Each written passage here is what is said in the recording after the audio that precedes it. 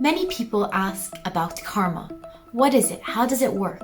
And the thing is, most mystic and spiritual traditions have mention of this karmic force, this balancing force, this force of justice.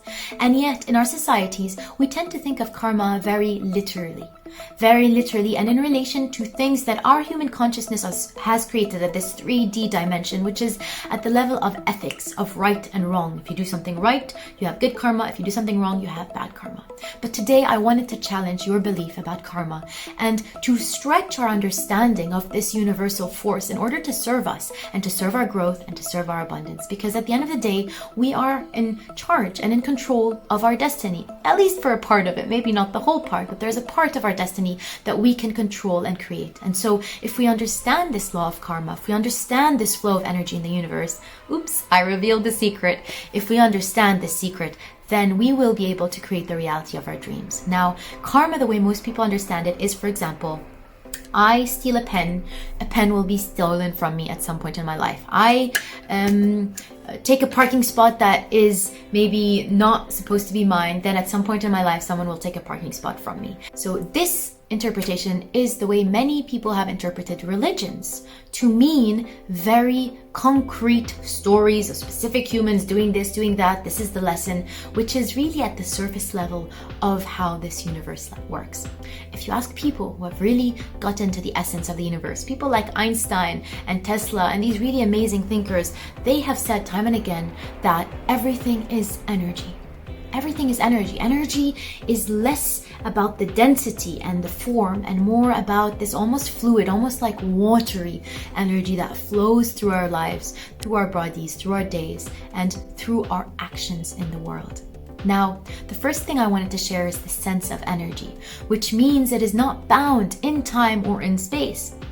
This energy that I put into the world, into my life, into a relationship will be given back to me, yes, but not maybe in the form that I expect, because energy is not bound by matter.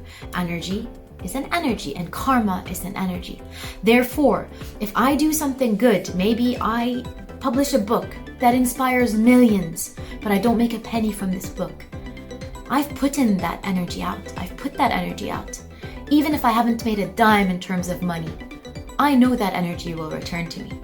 And this is something that's happened to someone I dearly love.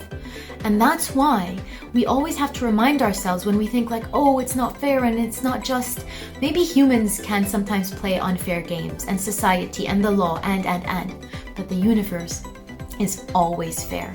And you will always receive the energy that you put out. So if you focus on giving, if you focus on your own actions in the world, then naturally, it cannot not be returned to you. But all you have to do is stretch your mind to expand where you believe you will receive that back. And of course, do not do it to receive, because the intention matters more than the giving itself. So if the intention to give is to receive, then you've already blocked the flow of that energy. If I've given from heart and I've created from heart and I've supported my community and my sisters and my brothers and my family and all the people in my life that I have the capacity to support openly and with love, then naturally that love will be returned to me. And when I think of things like the love I have in my life from my partner, from my relationship that is so immense and abundant, and I think of all the times when I was younger and I thought that doing good things or being a good person would not come back to me, and I look at my life today, well, it's too hard to make that argument. It doesn't work. Every moment, every heart, every love, every spoken word, everything I have put out into the universe has been returned to me 1,000,000 fold, if not more. The universe has been so abundant. And that's why I'm sharing this from my experience, knowing that energy, any energy put out will come in, and karma is not a literal translation, it is an energy. Now, to help you conceive of this or feel and think into this, let's say, concept in a more tangible way, let's think about all the ways we can put energy out in the world, right? Because we think it's just our actions. Like if I give money to a poor person, I've done that action and I will receive, let's say, abundance in the future. Now, that's one of the ways that we exchange energy and karma in the world, through our actions, and it's a very, very important way we exchange energy in the world. But there are other forms as well. And one of these forms is words. What are the words we are putting out into the world? Because words are power. Expression is power. This chakra, the chakra of expression, which is connected to our second chakra of creativity, is our connection between our inner world and outer world.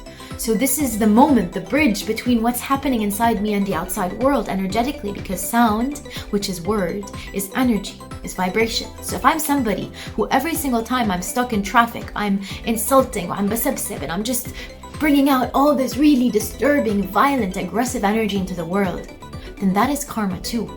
Then I'm going to be driving one day and someone's just going to beep that horrible energy into my ear. And it can be as simple as that. Exchange done.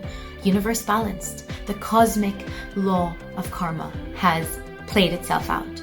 So with words, how aware and conscious and meticulous can we be with our words so that every energy I put out is conscious of that law, of that exchange, and always contributing love and higher vibration and frequency rather than disturbance or fear or anything else that decreases the consciousness of the humans around me and my environment. Because sometimes it's maybe not humans, maybe it's animals or trees. How do I speak to my plants? That is also words.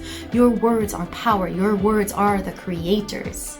Many traditions talk about the creator or the source, the divine, as vibration, as the sound of Om, which means that through our voice, not just through our breath, but through our voice, we are able to align with that force of creation. And so we must be so careful, so meticulous, so elegant with our wording and our choice of words so that we can be sure that the karma we are creating for ourselves and our community is aligned with the highest good.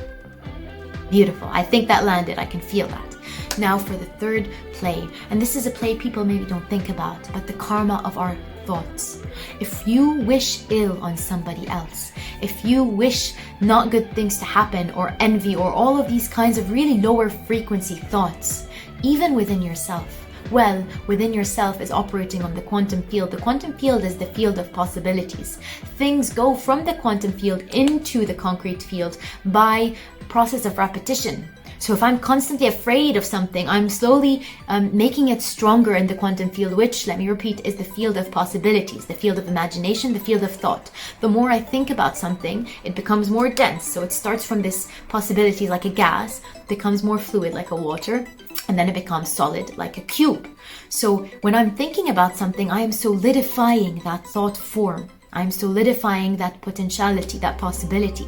So even my thoughts can have an effect on my reality. And if I'm wishing harm or evil or fear or again, anything of low vibration to my community, to anybody I know, that will eventually be returned. Because this goes back to another law of the universe, which is the law of interconnection.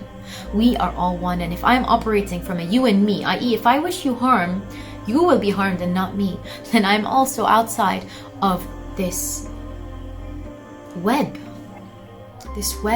of universal laws and energy which orchestrate the beauty and the patterns of our reality, but from a higher place, not the patterns of the flawed matrix which we are living in, which everything is inverted, but from a more universal law, a law of harmony, which we can see very clearly when we look at nature, when we look at the planets, when we look at things that have not been played with by other consciousnesses. They just come from divine source like nature, and they manifest that frequency. And that does not include things like GMOs or seeds that they're now manufacturing, which look like nature. Again, everything is reversed, but are actually not a part of this universal vibration. So anytime we can go back to the purity of nature, the purity of source, the purity of things being channeled from the divine, then we can find that that divine code, that divine pattern, and live according to that. And again, our thoughts are entangled. So if I think, oh, it's okay for me to think bad about someone, or to think fear, and to think that's not going to touch them or touch me, again, because the law of karma means energy exchange. So if I'm exchanging that bad energy towards anyone, including bigger bodies of people or enemies or other nations or other religions, then that will just keep playing that cycle that will not allow us to break free from our cultural traumas, our religious traumas, all the traumas that are in our DNA as humans and as women as well. If we're playing with this, for example, attacking the patriarchy, like first wave feminism, where it's all about, I'm a woman and I'm going to be stronger than a man, then I will keep repeating that karma of violence, of separation. And we want to go more towards the karma of unity, which is always goes back to wishing love, speaking love and acting love, if you can become an embodiment and reflection of that pure love frequency, then you will only create high, positive and divine karma for yourself, for your ancestors, and for the ones who will come after you, your children and your children's children. We're talking big game. We're not talking small, I will get candy if I give candy. We are talking humanity shifting if we remember to align with this higher sense of karma as an energy, as a symbolic form of energy flowing in the universe, and then choosing what is the energy we want to flow out into the universe. And together we are stronger, which means if 1 million of us women start to really resonate with this teaching, with this truth, with this knowledge, and start to send out only love in our thoughts, in our words, and in our actions, then the whole collective will change. And that is how we heal all our relations, our relationship to ourself, to our family, to our culture, to our collective, to our planet. And today is a time for healing, and we are all healing together. Now, I know many of these things that I've said might seem too far-fetched, and that's fine. I understand that there might be resistance, but what we can do is slowly just make our consciousness feel safe and feel like it's okay to have resistance. And maybe just one piece of this video resonated. Just take that one piece. Or maybe you need to watch it 5-10 times to really allow it to sink in. Then watch it 5-10 times. Tag someone who needs to hear this. Share this message. This is important information. I send you love, and of course, if you enjoyed this video, make sure to subscribe. And also, most importantly, I have created a course called Money Goddess for women who are ready to step up into their capacity as a creator of their reality. As a creator of your reality, when you align with your deepest soul truth and soul purpose and soul intentions, you can create abundance and wealth from that place. That's what I've been doing in my life. That's what I've learned to do in my life. That's not where I was many years ago. As a spiritual being, we are taught to hate wealth, to think wealth is greed, money is greed, but money is neither of those. And in this course, we're going to explore what are the stories we've attached to money.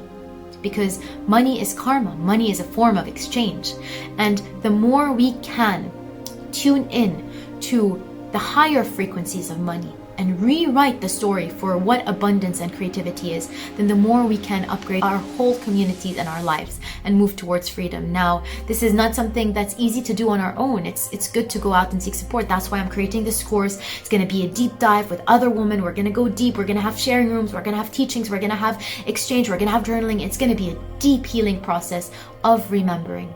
And remember, money is a karma, and you want to clear your karma and create a new karma, a new story, a new exchange. And the thing with money that has been very much indoctrinated in our DNA and in our consciousness is money operating at the frequency of fear and scarcity and survival. We just want money to pay our rent, to pay our home, to pay our food. It's very much survival mode. So what we're going to do in this course is really upgrade the sense of connecting money with survival, with root chakra, taking up from the tribal energy to creativity, to love, to really allowing your soul to be expressed, and through that expression, that sharing, that energy, that karma being returned to you.